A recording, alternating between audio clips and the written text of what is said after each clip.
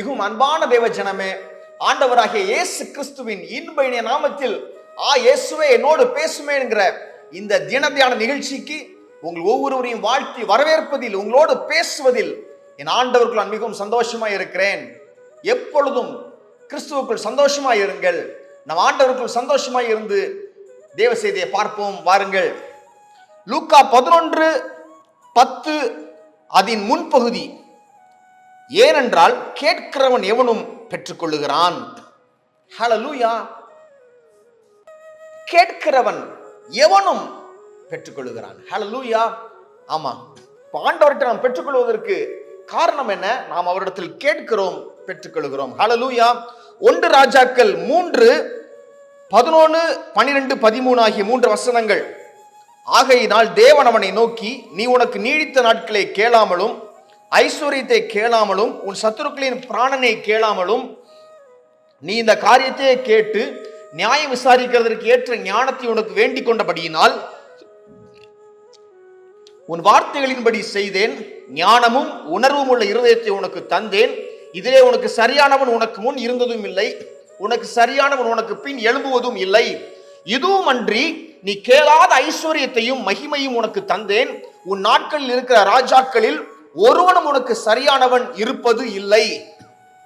ஹல்லேலூயா. ஆண்டவர் நல்லவராய் இருக்கிறார். பாருங்கள், ஆண்டவர் சாலமோன்ட்ட கேட்கிறார், உனக்கு என்ன வேணும்ட்டு. சாலமோன் சொல்லுகிறார், ஆண்டவரே, நீடித்த ஆயுச கேட்கல, எனக்கு ஐஸ்வர்யத்தை கொடுங்கன்னு கேட்கல. உம்முடைய ஜனங்கள் ஏராளமா இருக்கிறார்கள், அவங்களுக்கு நியாயம் விசாரிப்பதற்கு எனக்கு அறிவு ஞானத்தை கொடும் என்று சொல்றாரு. எது நன்மை எது தீமை எனக்கு தெரியல, அதை எனக்கு சொல்லி கொடுத்து நல்ல ஒரு ராஜாவா என்னை மாற்றுன்னு சொல்றாரு. ஆண்டவர் சொல்றாரு, உணர்வுள்ள இருதயத்தையும் ஞானமுள்ள இருதயத்தையும் உனக்கு நீ வேண்டிக் கொண்ட, அது எனக்கு பிடிச்சிருக்கு. உன் பிரேயர் எனக்கு பிடிச்சிருக்குப்பா. நீ ஜெபம் பண்றியே, அந்த ஜெபம் கரெக்டா பண்ற என்கிட்ட. ஹல்லேலூயா. என் சித்தத்தின்படி என் விருப்பத்தின்படி நீ கேட்கிறாய், ஆதலால் உன்னுடைய ஜெபத்தை நான் உனக்கு வாய்க்க பண்ணுகிறேன். பரிசுத்த வேதம் சொல்லுகிறது, நாம் அவருடைய சித்தத்தின்படி அவருடைய விருப்பத்தின்படி வேண்டிக் கொள்ளும் பொழுது அவர் நம் ஜெபத்தை கேட்டு அதற்கு பதில் கொடுப்பார் என்று நாம் பார்க்கிறோம். ஹல்லேலூயா. அப்போ இவருடைய ஜெபம் ஆண்டவருக்கு பிரியமானதா இருக்கிறது. அதான் 12வது வசனத்துல சொல்றாரு, உன் வார்த்தையின்படியே நான் செய்தேன். நீங்க ஜெபத்துல நிறைய வார்த்தை பேசுறீங்கல்ல, அப்படி செய்யும் ஆண்டவரே, இப்படி செய்யும் ஆண்டவரே, இயேசு நாமத்தில் பிதாவே ஆமென் ஆமென் சொல்றோம் நம்ம. ஹல்லேலூயா. அப்பலாம் சொல்றோம். நம் வார்த்தையின்படி அவர் செய்யறாரா?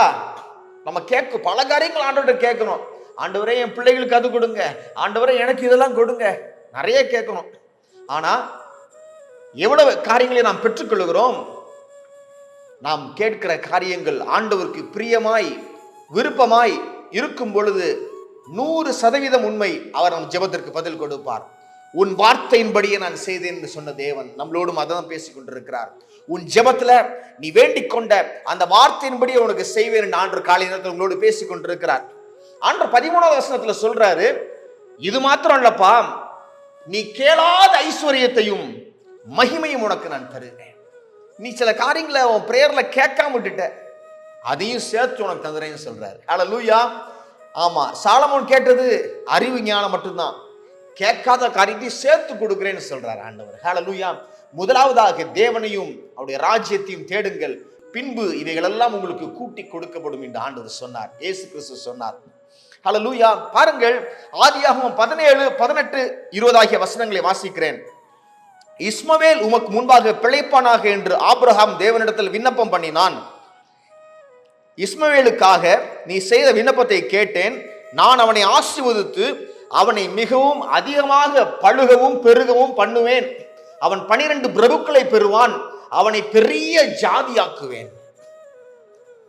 ஆபிரகாம் தம் மகன் இஸ்மவேலுக்காக ஜெபம் பண்றாரு. என்ன ஜெபம் பண்றாரு?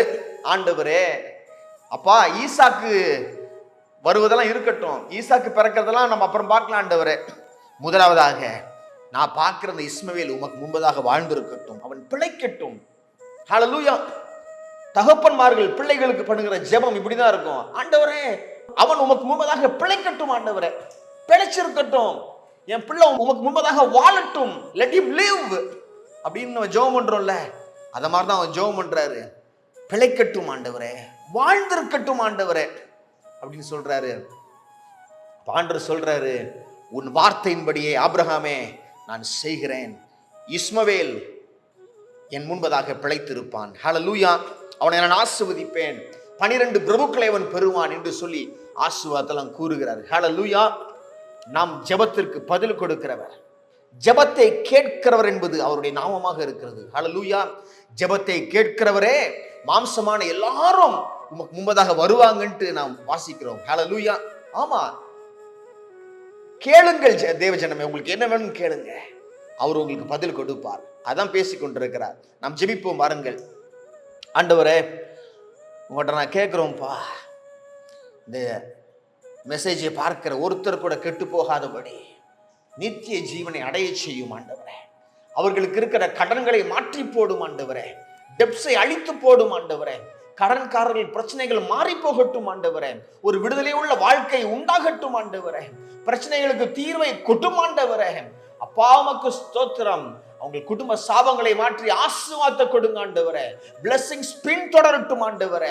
வாழ்வு உண்டாகட்டும் அப்பா, லைஃப் உண்டாகட்டும் ஆண்டவரே. இவர்களை ஆசீர்வதியும், இவர்களை ஆசீர்வதியும். நன்றி ஆண்டவரே. நன்றி செலுத்தி இந்த ஜெபத்தை எங்கள் நண்பர் இயேசு கிறிஸ்துவின் நல்ல நாமத்தில் ஏறெடுக்கிறோம் எங்கள் வல்ல பிதாவே. ஆமென், ஆமென்.